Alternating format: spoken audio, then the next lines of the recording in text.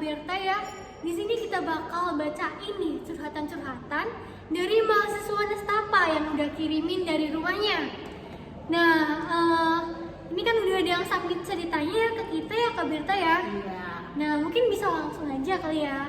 Oke, kita langsung baca ini yang pertama ini. Cuma curhatan dari teman kita Uke. Nah, hari ini aku pengen curhat nih Min.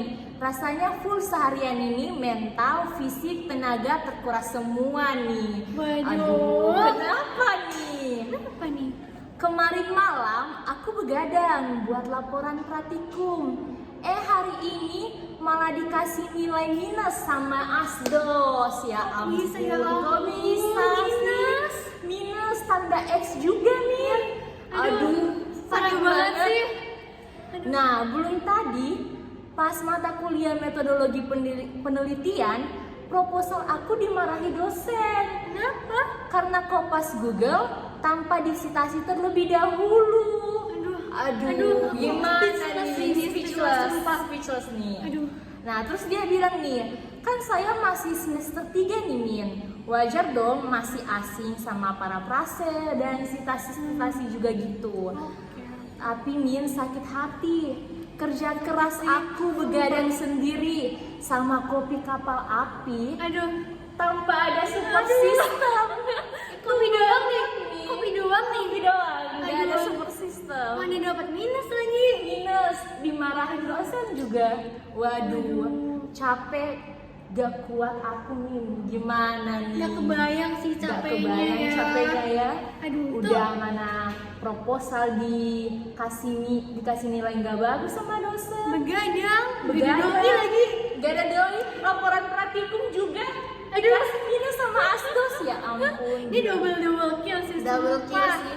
Ini ya kalau aku juga sih kayak nggak ada tenaga, udah habis banget ini. Udah ya, udah. Apalagi nggak ada yang nemenin pulang, nggak ada support Nggak system, ada. nggak ada. Itu cuma gara-gara apa Kak? Cuma gara-gara nggak disitasi. Nah, itu bener banget nih buat Kak Uke nih ya, Kak Uke. Tapi buat Kak Uke nanti tenang aja. Di episode spesial kali ini kita bakal bahas nih ya tentang plagiarisme biar kita bisa bantu nantinya biar Kak Uke nggak dapat nilai minus lagi. Oke, mungkin bisa langsung aja. Iya, bisa ini langsung episode. aja. Kita lanjut ke episode spesial berikutnya. Dadah, disimak ya.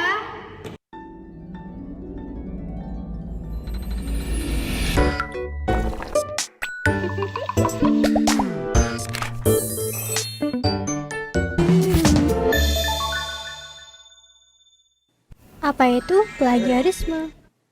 Sebenarnya, mungkin dari teman-teman udah banyak bertanya-tanya nih, apa sih arti plagiarisme itu? Menurut Peraturan Menteri Pendidikan RI Nomor 17 Tahun 2010 dikatakan, plagiat adalah perbuatan sengaja atau tidak sengaja dalam memperoleh atau mencoba memperoleh kredit atau nilai untuk suatu karya ilmiah dengan mengutip sebagian atau seluruh karya dan atau karya ilmiah pihak lain yang diakui sebagai karya ilmiahnya tanpa menyatakan sumber secara tepat dan memadai. It's okay kalau kamu mau memakai frasa atau ide dari orang lain, tapi jangan lupa untuk mensitasinya. 5 tipe plagiarisme. Plagiarisme verbatim. Plagiarisme copy-paste. Seperti namanya, plagiarisme ini yaitu ketika kamu secara langsung mengcopy dan paste teks dari suatu sumber tanpa mensitasinya. Jika kamu ingin menggunakan kata-kata atau kalimat dari penulis, sebaiknya kamu juga menyertakan sumber terdahulu dan membuat kutipan serta menyertakannya ke dalam teks kamu. Plagiarisme kain perca. Bayangkan sebuah kain perca di mana kamu mengambil bagian yang berbeda-beda, kemudian menjahitnya menjadi satu. Seperti itulah plagiarisme kain perca, yaitu ketika kamu mengcopy frasa atau ide dari sumber yang berbeda-beda, kemudian kamu jadikan menjadi satu, seperti ini. Jadi ada dua sumber, terus kamu gabungin jadi satu kalimat. Plagiarisme parafrase. Plagiarisme parafrase adalah plagiarisme yang paling banyak kita temui. Jadi tolong perhatiin ya. Sebenarnya oke aja sih kalau kita mau parafrase. Tapi kalau kamu parafrase itu kan berarti nulis ulang ya. Nah, karena kamu hanya menuliskan ulang, bukan berarti menjadikan ide atau frasa tersebut jadi punya kamu. Jadi tetap ingat buat memberikan kredit dan juga mencitasi sumber aslinya. Global plagiarisme.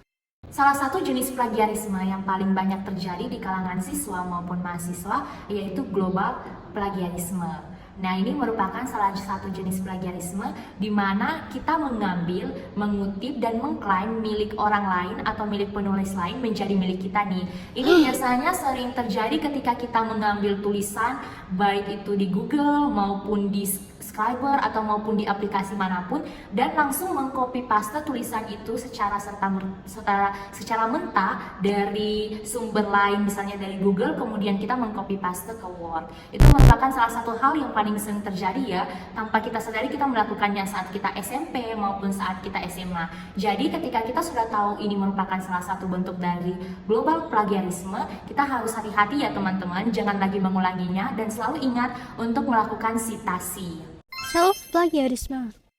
Plagiarisme diri sendiri yaitu ketika kamu menggunakan kembali karya lama kamu yang sebelumnya udah pernah kamu kumpulkan untuk hal lain, karena kamu hanya mendaur ulang ide lama yang telah digunakan. Akibat plagiarisme. Oke nih ya, jadi sebagai seorang mahasiswa nih, kita harus waspada sama yang namanya plagiarisme. Plagiarisme ini bisa membuat semua effort kita, tenaga kita itu jadi sia-sia. Iya, kayak curhatan kita tadi ya. Iya, bener banget. Iya, bener banget nih. Nah, terus kalau plagiarisme di dunia profesional itu bakal lebih ngeri lagi nih teman-teman. Karena nanti kita tuh bakal bisa kehilangan pekerjaan. Itu kan ngeri banget ya, sumpah. Terus bisa juga merusak reputasi diri kita sendiri. Terus kantor kita kerja gitu ya misalnya ya. Terus juga kita nanti ngerinya tuh kita bakal dituntut hukum gitu. Itu juga bisa. Iya sih. Sebagai contoh nih yang pernah aku dengar, 7 bulan lalu sempat heboh nih tentang plagiarisme. Nah, tentang lagu Levitating Dua Lipa nih. Oh iya, yang itu if you wanna get me itu kan kayaknya tahun 2020 deh. Iya. Itu kan kayak terus ini katanya beredar info kalau di plagiarismenya dengan nama judul lagu Live Your Life nih dari artikel Sound System keluaran tahun 2017. Kayaknya Dua Lipa ini kayak gimana ya? Soalnya dia kan ngeluarinnya tahun 2020 ya, 2020. Terus kan kita kayak kenal gitu loh, kayak musiknya. Ngetren banget kan? Ngetren banget di bawah di TikTok. Tapi ternyata udah ada yang keluaran 2017 dari artikel Sound System. Gimana nih? Coba simak videonya kayak gimana. Iya. I got you, moonlight, you're my starlight. I need you all night. Come on, dance with me. I'm levitating all day, all night. Party to the sunrise now. Don't stop till you have lived your life. Cara menghindari plagiarisme. Memantau sumber. Kadang tuh ya kita tuh lupa kan ya kalau nulis tuh kalimat yang ini tuh sumbernya dari mana gitu ya. Namanya juga manusia ya, wajar banget buat lupa. Tapi untuk mengantisipasi hal tersebut, kita juga bisa bikin track nih, track sumber-sumber dalam tulisan kita. Jadi nanti di akhir itu nggak ada sumber-sumber yang ketinggalan atau kelewat sehingga belum disitasi gitu ya. Kita perlu bikin track sumber-sumber agar semua sumbernya sudah kita sitasi. Parafrase. Parafrase adalah menulis ulang suatu frasa milik orang lain menggunakan kalimatmu sendiri tanpa mengubah makna aslinya dan tanpa mengurangi informasi apapun. 5 langkah parafrase. Baca kalimat yang ingin kamu parafrase berulang kali sampai kamu paham dengan maksudnya.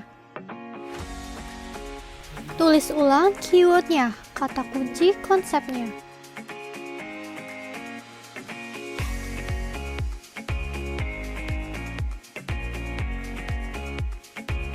Tulis dengan kalimat kamu sendiri tanpa melihat kalimat aslinya.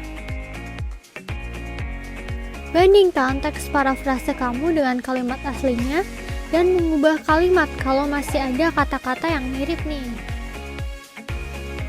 Citasi sumber teks asli yang kamu pakai. Life hack parafrase. Tapi banyak yang menjadi problem dari mahasiswa maupun siswa saat ini, yaitu ketika mepet deadline, ketika diberikan tugas dari dosen maupun dari guru dan itu deadline-nya sangat cepat, kadang-kadang sangat bingung untuk menentukan hal apa yang harus dilakukan untuk memenuhi tugas tersebut. Nah, di sini ada beberapa tips, yaitu yang pertama, jika kita ingin mengambil ataupun mengutip dari sumber lain, kita bisa memulai dengan kalimat awal di tulisan kita berbeda dengan kalimat awal di sumber akhir, maupun paragraf awal di tulisan kita berbeda dengan paragraf awal di sumber lain, sehingga nantinya akan meminimalisir plagiarisme itu sendiri. Yang kedua, kita bisa menggunakan sinonim. Kita bisa menggunakan sinonim di tulisan kita dengan melihat tulisan dari sumber lain. Yang ketiga, kita bisa mengubah struktur kalimatnya dari active voice yang dari sumber lain tersebut atau dari sumber yang kita ambil, kemudian kita mengubahnya di tulisan kita menjadi bentuk passive voice. Atau bisa juga nih kamu pisahin tuh kalimat yang panjang. Atau kalau kalimatnya pendek-pendek itu bisa kamu gabungin. Cara parafrase yang lainnya yaitu kamu bisa ubah bahasa sebanyak 4 kali atau lebih di Google Translate. Seperti yang tertera di layar. Atau bisa juga nih pakai website. Di sini kamu bisa pakai quillbot.com ya. Terus bisa juga pakai seomagnifier.com. Gunakan plagiarisme checker. Di mana sih kita bisa cek plagiarisme itu? Kamu bisa cek di duplichecker.com atau plagiarismedetector.net atau bisa juga nih di plagiarisma.net. Tapi yang paling aku rekomendasiin yaitu di Turnitin. Baiknya jangan ngecek plagiarisme di website abal-abal ya, karena kita tuh nggak tahu itu repository atau non repository. Kalau ternyata kita nggak hati-hati dalam mengecek website yang akan kita gunakan untuk mengecek plagiarisme, itu kan nantinya akan menjadi salah kita. Jadi sebaiknya teman-teman pastikan terlebih dahulu website tersebut repository apa tidak, kemudian teman-teman bisa mengecek plagiarisme dari tulisan teman-teman tersebut. Jeng jeng jeng, bonus tutorial Turnitin. Di dalam Turnitin ada 3 kata kunci. Yang pertama yaitu kelas, bisa dianalogikan kepada beragam kategori keperluan. Contohnya yaitu sebuah jurnal ilmiah ya. Terus assignment bisa dianalogikan sebagai kategori dokumen di dalam kelas. Contohnya sebuah jurnal ilmiah itu ada edisi terbitnya ya. Dan yang terakhir yaitu dokumen. Dokumen ini adalah sesuatu yang akan kita periksa di Turnitin. Langkah pertama buat account, klik create account. Kemudian pilih students, kemudian isi kelas ID dan kelas enrollment key kamu, kemudian ketik nama awal dan nama akhir kamu, dan isi alamat email.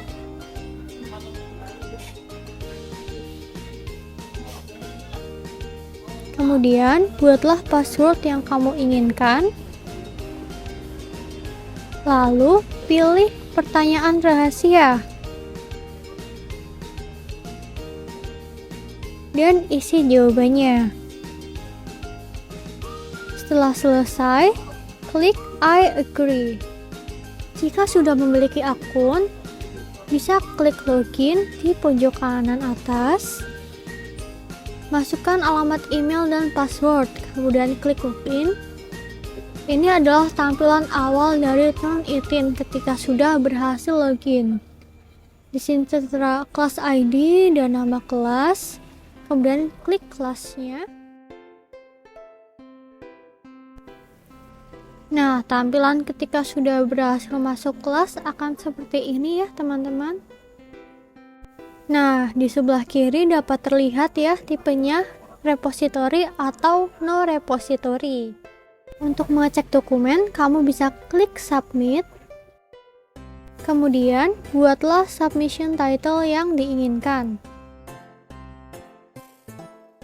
Dokumen yang dipilih dapat diambil dari komputer, Dropbox, atau Google Drive.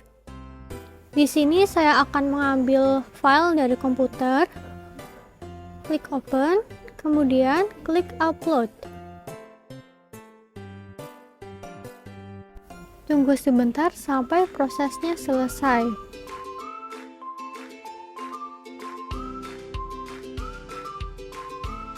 Nah, jika sudah seperti ini, kita harus konfirmasi nih apakah file yang kita upload itu sudah sesuai atau belum. Bisa dilihat page 1, page 2, dan seterusnya. Jika sudah sesuai, klik confirm. Congratulations, your submission is complete. This is your digital receipt. Kemudian klik return to assignment list.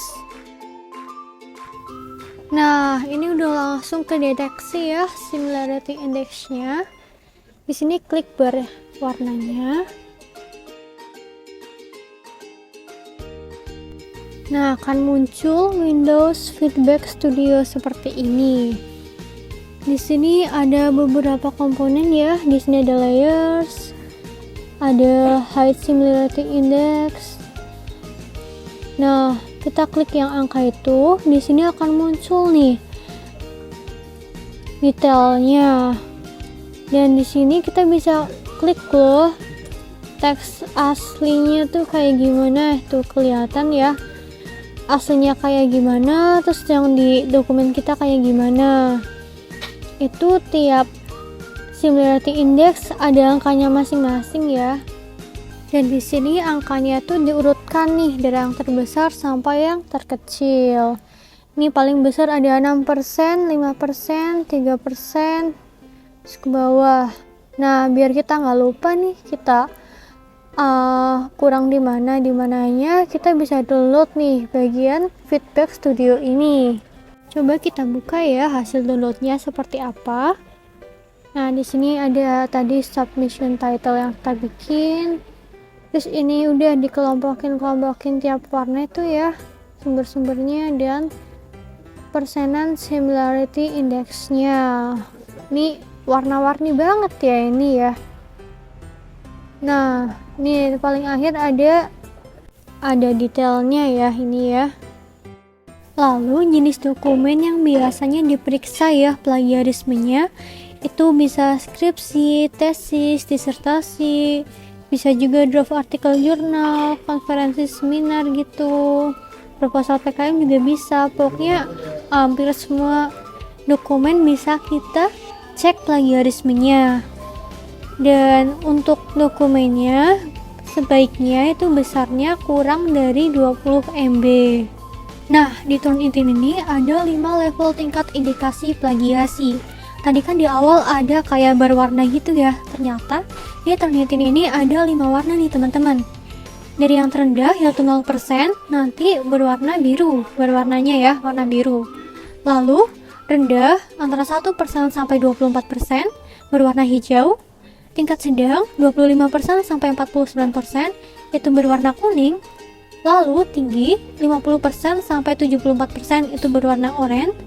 Dan yang sangat tinggi yaitu 75% sampai 100% itu barnya akan berwarna merah. Guys, ngapain Joki? Mahal. Tinggal parafrase, masukin Turnitin, udah. Pakai Joki. Boros. Anak kos nggak boleh Boros.